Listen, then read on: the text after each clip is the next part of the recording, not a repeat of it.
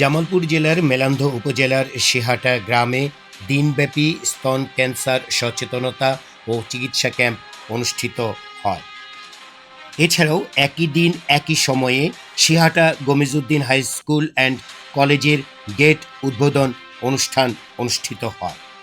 উভয় অনুষ্ঠানে প্রধান অতিথি হিসেবে উপস্থিত থাকার কথা ছিল জামালপুর ৩ আসনের সংসদ সদস্য মোহাম্মদ মুস্তাফিজুর রহমান বাবুলের। বিশেষ কারণে তিনি উপস্থিত না থাকলেও তার প্রতিনিধি হিসেবে উপস্থিত ছিলেন মেলান্দহ উপজেলা বিএনপির সাধারণ সম্পাদক মঞ্জুরুল কবির।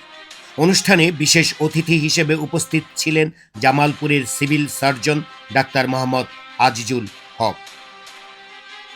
উভয় অনুষ্ঠানের সার্বিক তত্ত্বাবধানে ছিলেন লন্ডন প্রবাসী সিহাটা গ্রামের কৃতি সন্তান ডাক্তার মোহাম্মদ আব্দুল আজিজ ও তার মিসেস নাসরিন আজিজ ডলি। বেগম আজিজা স্মৃতি ফাউন্ডেশন কর্তৃক পরিচালিত দিনব্যাপী স্তন ক্যান্সার সচেতনতা ও বিনামূল্যে চিকিৎসা ক্যাম্প পরিচালনা করে ঢাকাস্থ বাংলাদেশ ক্যান্সার সোসাইটি হসপিটাল এবং সার্বিক সহযোগিতায় ছিল the friends of Bangladesh UK London সংগঠনটি।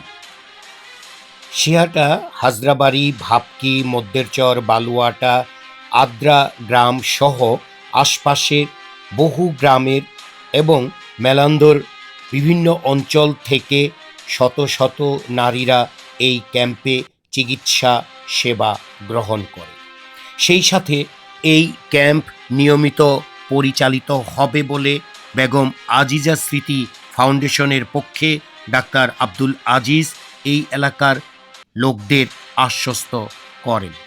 সেই সাথে বেগম আজিজা স্মৃতি ফাউন্ডেশন কর্তৃক এই এলাকায় একটি দাতব্য চিকিৎসালয়েরও উদ্বোধন করা হয়, যা থেকে এই এলাকার সাধারণ মানুষ, খেটে খাওয়া মানুষ এবং প্রান্তিক পর্যায়ের মানুষ চিকিৎসা সেবা লাভ করবে বিনে পয়সায়।